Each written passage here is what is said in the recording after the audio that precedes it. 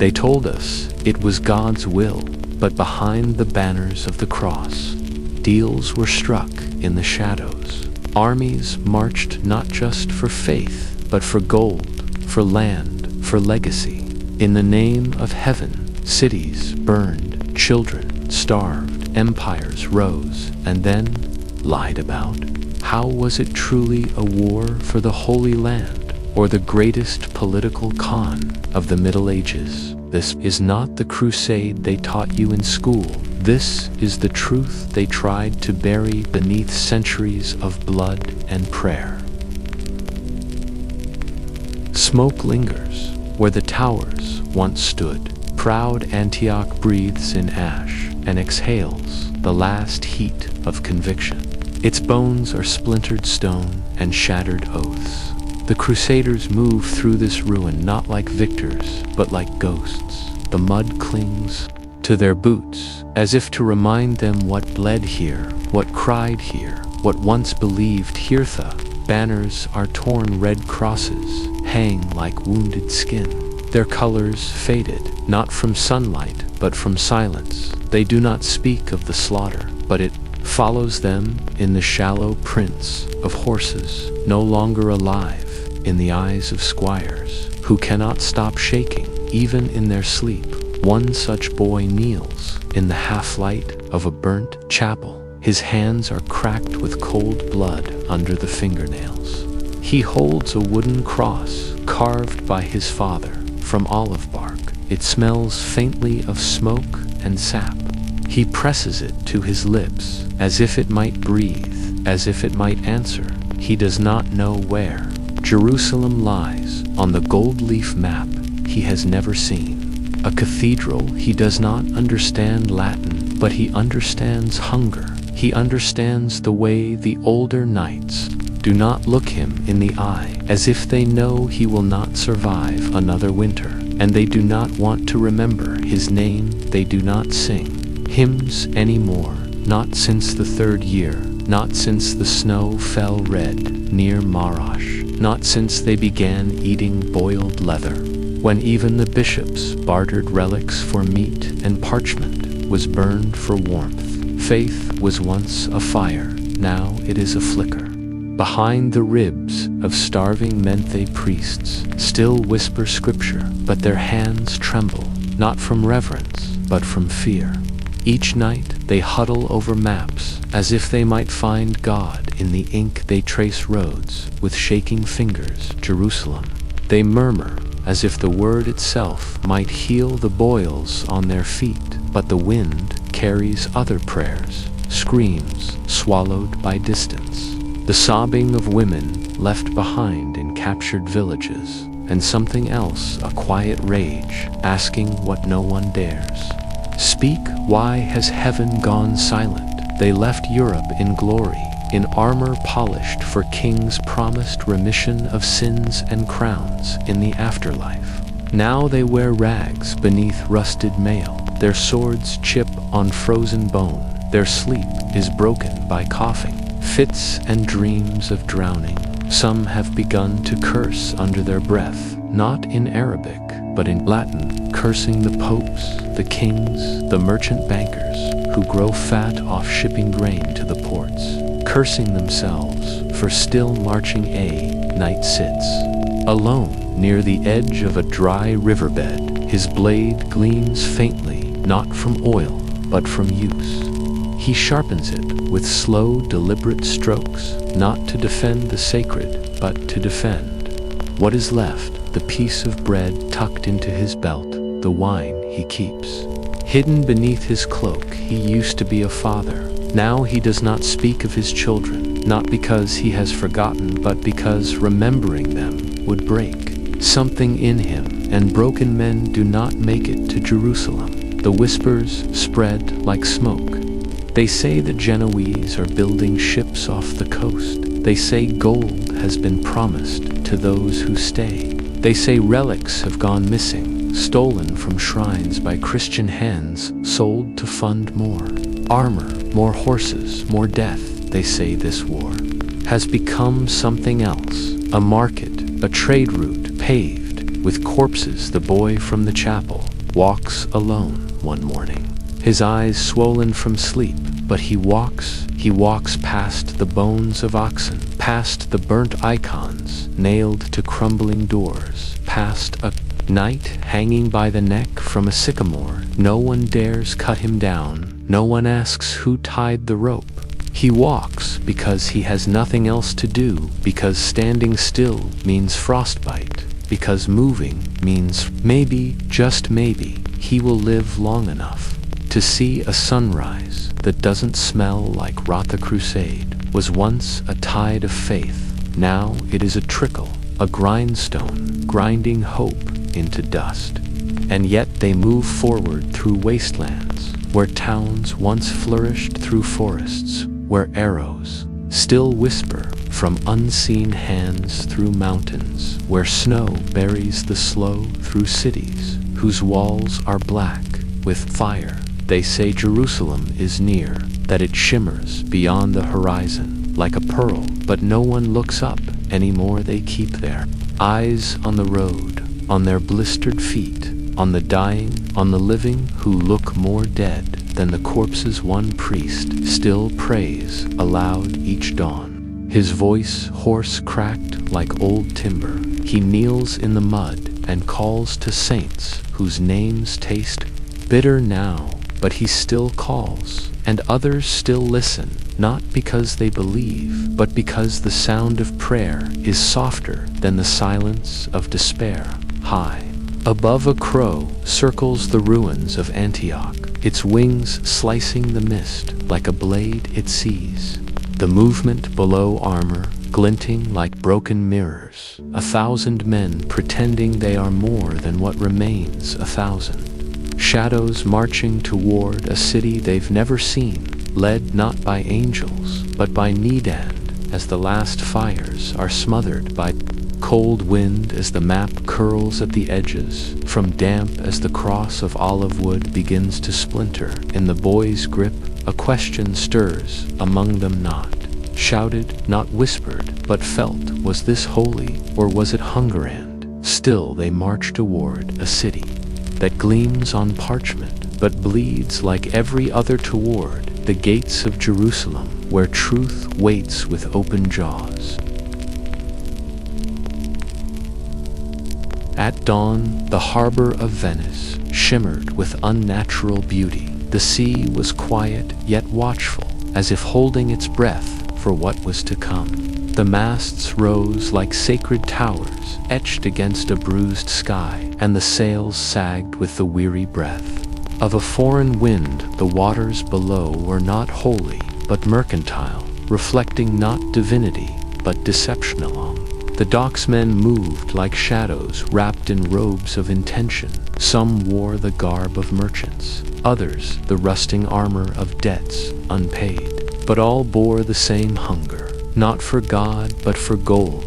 Beneath this cathedral of warships, faith was no longer preached, it was traded. Coin clinked against coin under cloaks, scrolls passed hands, not in reverence, but in secrecy. Ledgers bled with ink, where scripture once flowed. Barrels of wine were measured like blessings. Timber became sanctified by the promise of conquest.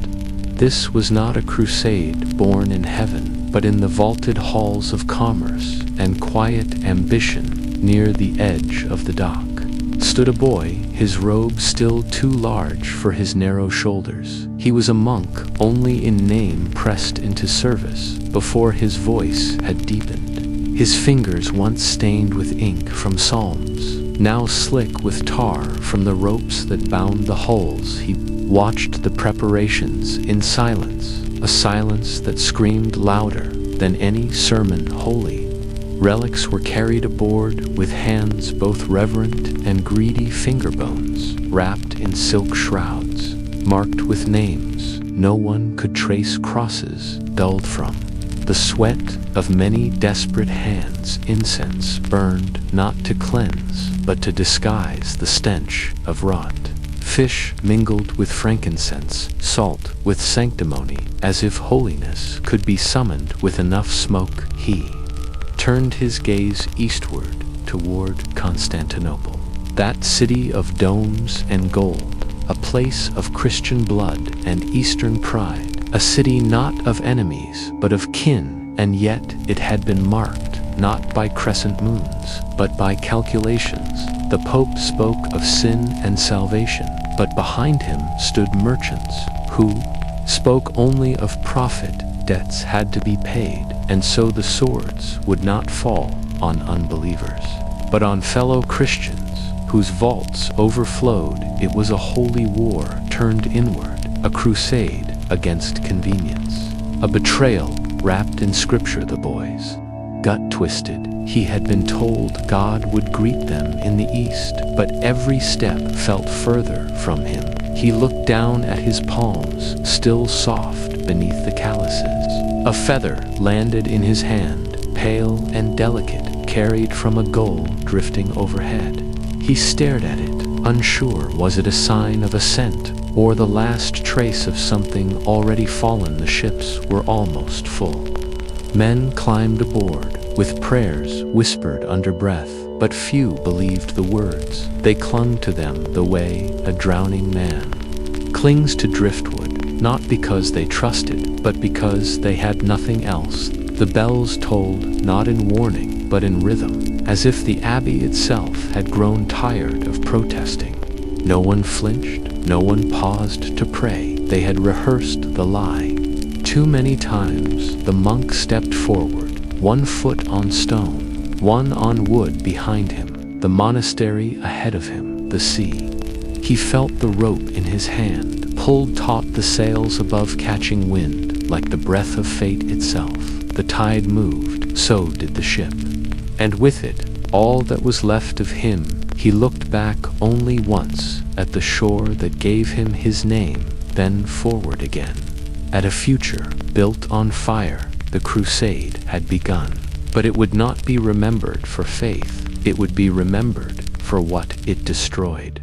In the name of faith, in that moment between the tolling of the bell and the silence of the horizon, a boy monk became part of something much larger and far more broken. The sea opened before them, wide, endless, deceptive, and somewhere beyond its shifting tides a city waited not with swords but with secret sand. As the sails swallowed the sky, the monk felt the feather slip from his hand, carried once more by the wind, gone before he could ask what it meant. The dawn bled like a wound above Jerusalem, not golden, not soft. It spilled over the hills like an omened sky, the color of a butcher's cloth, ash curling into the breath of morning. The land did not wake it, recoiled, the ridgelines groaned beneath. Armored shadows, crusaders, stood like forgotten gravestones. Some prayed without words, others simply stared, their hands too cracked for mercy, their eyes too hollow for memory. The siege had starved them of everything but violence. One knight, his name, once sewn into court songs, now crouched with a bone in hand, scraping rust from his sword, like he was peeling skin from guilt.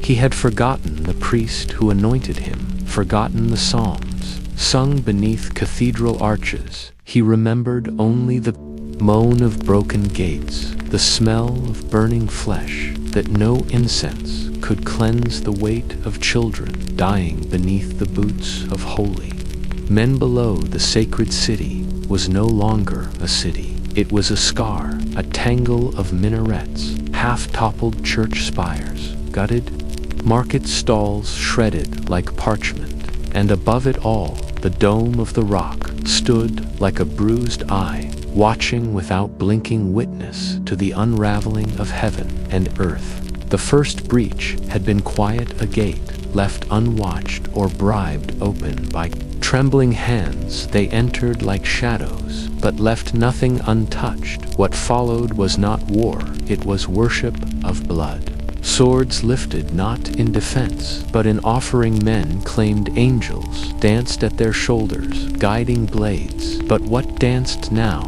were flies, black, thick, buzzing over the mouths of the slain, silencing the truth with decay. In the alleys, a boy climbed a dry fountain, calling into silence.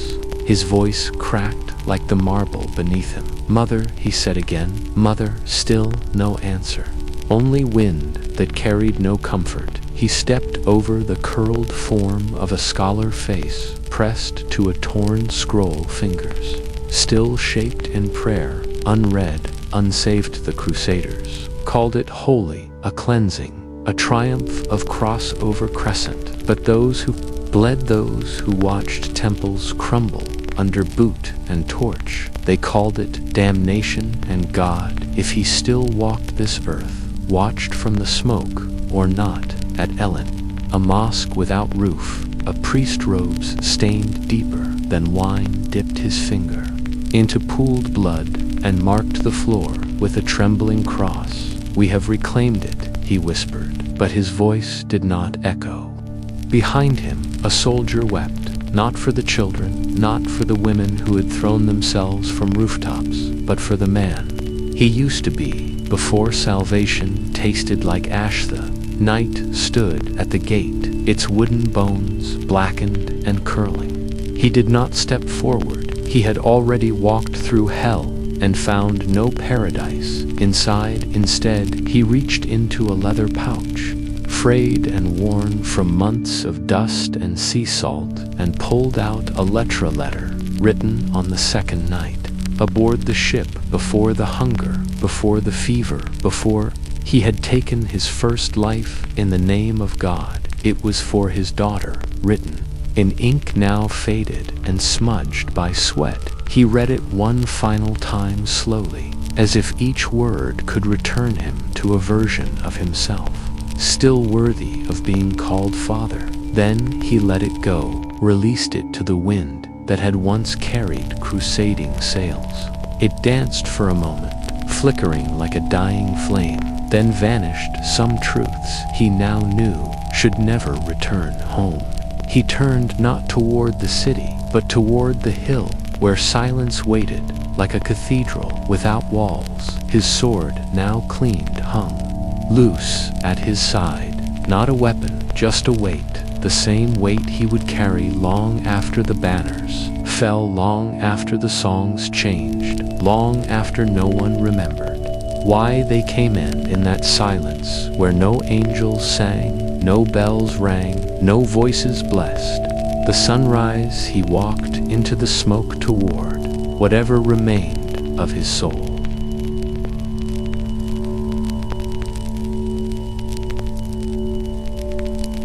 A bell tolls, but no one is listening. Not in the cathedral halls of Avignon, where gold leaf peels from the saints' painted halos. Not where the air is thick with frankincense and secrets. The floor is cold marble, the color of bone. The candlelight flickers, not out of reverence, but restlessness. Shadows dance like soldiers on old stone walls. Saints who never knew the sword stare down from frescoes with eyes that have seen too much here. In this sanctified silence, another war is conceived, not in iron but in ink, not with swords drawn but scrolls unsealed. A scroll rests upon the oak table, sealed in crimson wax, as though blood itself had stamped it. Closed, the Pope leans forward, his hands jeweled, his voice steady around him. Cardinals in crimson robes sit like judges of an unseen court, each ring glinting with the weight of kingdoms lost, and one. They do not speak of mercy, they speak of cleansing. They call it holy, but the ink has dried before the truth had time to protest. A holy war, they call it, to rid the South of infidels, they say. But the ink speaks of Cathars, of towns that must be silenced, of language that must never rise again, of fire that will purify not sin but dissent. This war is not waged against pagans, it is waged against voices that questioned the machine, against souls that chose a different light. Outside the stone cloisters, a monk walks, his robes soaked at the hem with morning dew and memory. He has written the words, preached the doctrine, penned the sermons that painted fire as salvation, but he has also heard the cries from Beziers, seen the sky bloom red above wooden rooftops, watched children stumble over the charred bones of their fathers. He walks past a child clutching a cracked brass bell, the only thing pulled from the ashes of a chapel now gone. The monk kneels. His hand trembles as he reaches for the boy's shoulder. "Where is your family?" he asks. The boy points east, then lowers his hand and says nothing. What is there to say? When language has burned with the steeples, the monk rises and walks on his silence, a rebellion no one will hear in. The scriptoria. The war continues. Quiet rooms filled with the scratching of quills, ink made of oak gall and rust, the tools of sanctity turned into weapons. Here the battlefield is parchment, the weapon is law, each word binding souls in chains of doctrine, each scroll a judgment dressed in the robes of heaven's scribes, write without blinking their backs, curved their hearts distant. They do not choose the words, they copy what power demands, and still they know every letter etched is a command to burn a house, to silence a mother, to erase a song from a language never to be sung. Again Bishop signs, another name, a town mark. For salvation by fire, no blood touches his hands, only ink, yet the ink is heavier than any blade above. A raven lands atop the cathedral cross. It caws once sharp like a prophecy, but no one looks up, no one hears inside. The choir begins a hymn voices, rising in perfect harmony, as if sound could wash away smoke, as if song could hide the sound of a village weeping. The bishop signs again, a monk sets out again. The scrolls are packed and sealed. The message is clear heresy, wears many faces, but all will be taught the same lesson. Follow or fall, obey or burn, kneel or vanish. The war for souls has begun, and heaven remains silent, but beneath the silence, something stirs, not defiance, not yet, but a question, one that will carry eastward beyond parchment and PayPal rings, beyond fire and fear, toward the desert sands, where another war still rages, one fought not for heresy, but for empire. And so we turn toward the next fire, toward the cities of gold and stone, where kings will march not to save, but to seize, and where the Holy Cross becomes the currency of conquest. The alley behind the butcher's stall was wet with old blood and salt water. It smelled of rust and rot, and the fading perfume of Damascus roses crushed beneath boots that once marched for Christ. Faded banners hung like forgotten prayers from stone. Walls slick with sea mystica no longer rang with hymns or swords. It breathed like a body wounded and unwilling to die. The woman moved through it like a shadow, not belonging to the hour. Her veil caught in the wind, but revealed nothing of her face. She was not a wife, nor a widow, nor a nun. She was something quieter and far more dangerous. The ledger beneath her cloak was inked with names of men who still wore the cross on their tunics, but now bartered in relics stolen from tombs cracked open by greed. One relic a shard of the true cross, another a sliver of bone, said to sing when moonlight touched it. But none sang, none bled, none save she had once been a healer in the camps outside Antioch. Her fingers had closed the eyes of boys who died calling for mothers who would never know where their bodies lay. Now those same fingers inked transactions in the margins of holy leasons, side the chapel that leaned toward the sea like an old drunk. The priest recited Latin. He no longer trusted. His mouth formed the rites, but his eyes stayed closed, not in reverence, but in refusal. He had buried too many pieces of men to believe in resurrection. He had seen a knight die with the word Jerusalem on his lips and a coin in his hand, and he had not judged him, only folded his fingers around Botticelli's, now held not wine but bribes. The altar had splinters from an axe, meant to split a Saracen's skull. He no longer knew which was more sacred outside. Children shrieked with the freedom of those who had never yet been used. One dragged a broken sword through the sand like a toy. Another wore a helm too large for his neck and still declared himself king. They played beside the gallows, where a crow waited patiently, its eyes black as obsidian, its silence more truthful than the prayers offered inside. No one stopped the children, not the innkeeper who scrubbed blood from his threshold, not the monk who had stitched banners now used as tablecloths. Inside the inn, a man once called brother by the Templars sat hunched over a cup of vinegar. Wine. His hands were scarred, not from battle, but from years of holding beliefs too tightly, and watching them slip through like ashes. Tabard was torn, not by sword, but by silence, by letters, unanswered, by exile from both Rome and Jerusalem. He had buried comrades with no last rites.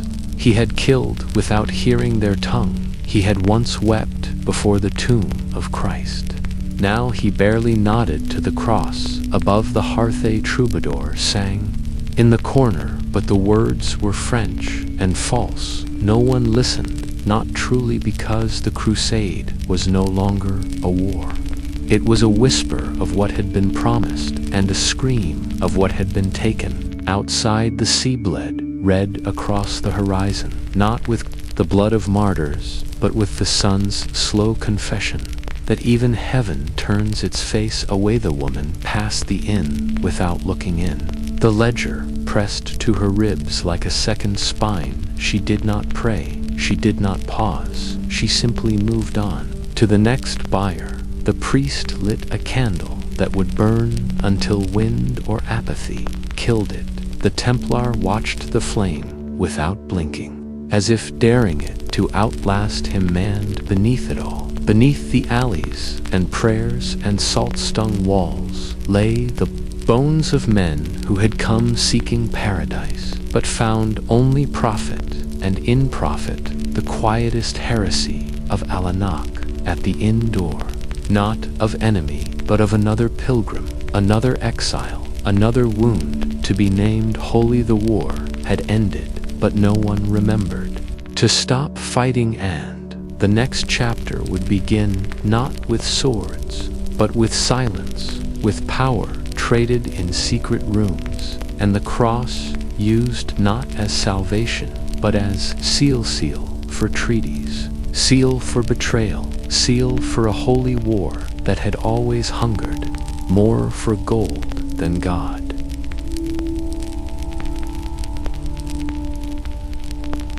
The fog wrapped around the mountain like a burial shroud. Thick and unmoving, it clung to skin and steel like regret. Each breath was damp with rot and frost. Each step pressed into a path that seemed older than time, as if generations of sorrow had carved it into the rock. There were no banners waving now, no horns announcing divine mission, only the wet coughs of men unraveling from the inside and the groan of wheels dragging through mud and memory. The Crusaders moved in silence, not from discipline, but because there were no words left to fill the air, just the rustle of chainmail, the hiss of wind against cracked shields, and the distant snap of something unseen in the Crusades. Walked near the edge, one hand on the mule that bore his master's broken pride, a splintered shield stained by both battle and sickness. He was young, no beard yet, but his eyes carried the gray of too many nights. Without warmth he had crossed the sea to find glory, to earn the right to wear his own sigil. But now his dreams were soaked and shriveled, buried beneath wet earth and the weight of unanswered prayers. His master, once a knight who spoke in fire and feasts, now shivered under a wool cloak. His words drifting into madness, he spoke of ghosts who watched them from the hills, ghosts with arrow wounds and no eyes, ghosts who whispered the names of cities long turned to dust. They passed the monastery just as dusk bled into the trees. The stones still smoked from the firewalls, blackened as if cursed by flame itself. Charred icons littered the path like broken saints, a Virgin Mary with a melted face, a crucifix twisted into ash and thorn. The air smelled of old incense and scorched vellum. One monk had survived, or perhaps he had already died and simply refused to leave. He stood barefoot in the ruin, his robe clinging to bones, offering no blessing, no warning, just watching, his eyes as hollow as the chapel bells that no longer rang at the rear. A wagon dragged behind the rest, its contents sacred and strange skulls labeled with the names of martyrs, fragments of bone claimed to be from saints, glass shards kissed by desperate lips, and one relic, a bloody cloth, so tattered that no one dared to ask whose blood it held. A soldier leaned in, pressed his mouth to a piece of stained glass, as if it could erase what he'd done 3 nights past. The boy he'd knifed in the dark, for bread that tasted of ash, for a drink that turned to bile before it reached his stomach. The wolves sang as night fell, not in hunger, but in warning. Their howls echoed down the pass, a language older than Latin, more honest than Scripture. Elias looked to the sky, but the stars were gone, hidden behind a ceiling of cloud and sorrow. He reached into his tunic and pulled out a small charm, a cloth bundle tied with frayed twine. Inside 3 coins and dried herbs, still carrying the scent of the hearth where his mother used to hum while stirring stew. It smelled of time and of warmth and of things that no longer lived in this world. He closed his eyes and held it close, as if it might carry him home just for a heartbeat, just long enough to remember who he had been before this. But the crusade moved on its feet, breaking the frost-like bones. Its eyes blind to the land that did not want them there. Were no cheers, no visions, no holy fire, only snow creeping behind them like a veil, covering their footprints, erasing their names. And still they marched forward into a silence that felt like judgment, into a land that would offer no absolution, only cold ground and the memory of saints whose faces had melted in the flame behind them. The past was buried in ash and snow. Ahead, a war without end waited in the dark hand. Elias, like so many nameless souls before him, walked, unclutching a charm that smelled like a world that no longer remembered his name. The candle guttered against the stone wall, casting trembling shadows that danced across the face of the old man, hunched over his parchment. Air beneath the chapel vaults was thick with mold and soot, the kind of stillness that clings to forgotten corners of the world. He did not flinch when the wind pressed through the broken, stained glass. He had heard worse than wind. He had heard boys scream on ships bound for Antioch, their voices cracking, not from fear, but from wonder, as they imagined the kingdom of heaven rising from desert dust. He had watched them go barefoot, some limping, some singing, each with a splintered wooden cross hanging from raw twine against their chests. That was 60 winters ago.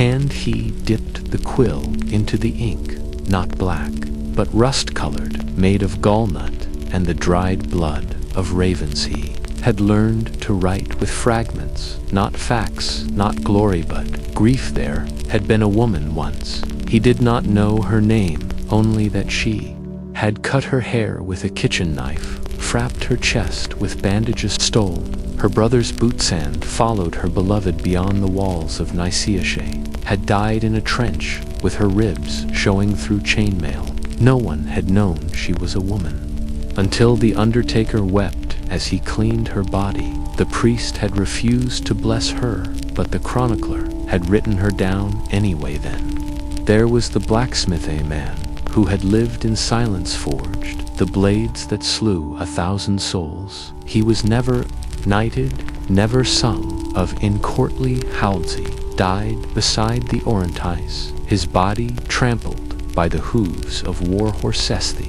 blade he'd spent weeks perfecting snapped beside him in the mud.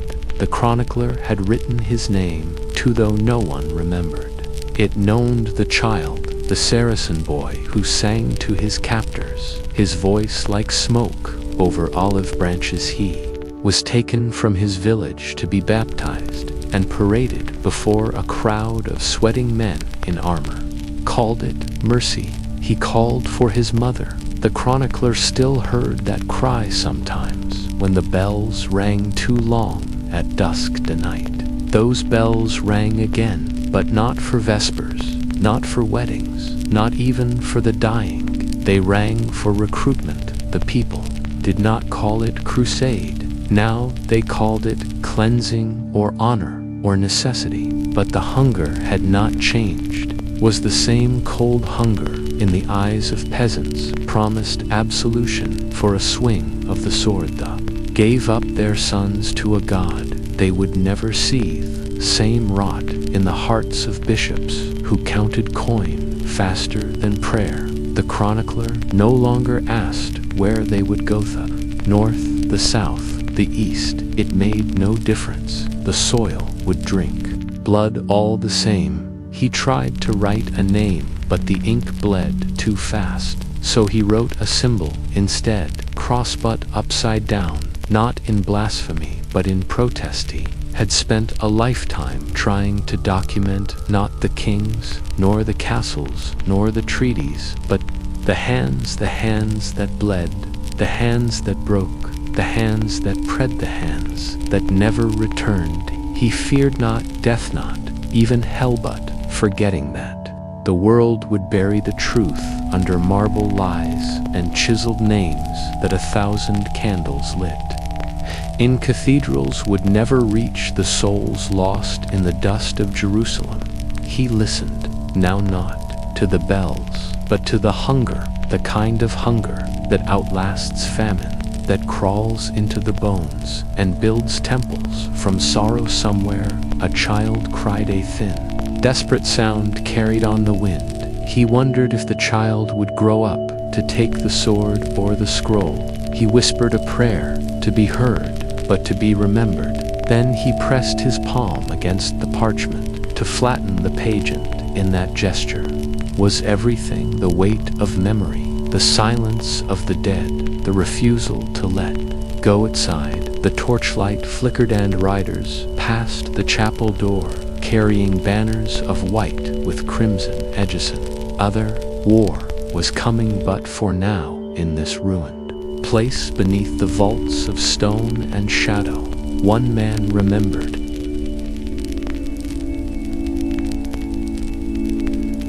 So was it holy, or was it hunger? Was it the breath of saints, or the greed of kings that carved swords into scripture and bled deserts dry?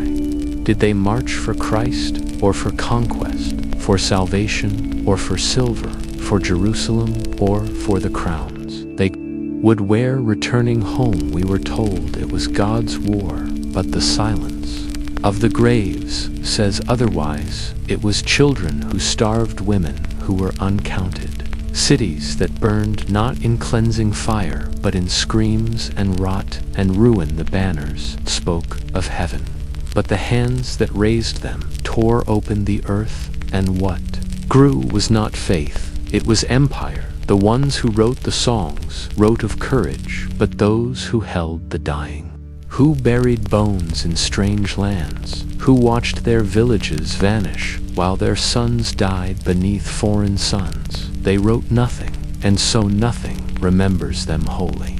Political, righteous, profitable, the truth lies somewhere in the ash, in the bones, unblessed, in the prayers left unanswered, and in the hunger that still speaks from every forgotten corner of this sacred lie.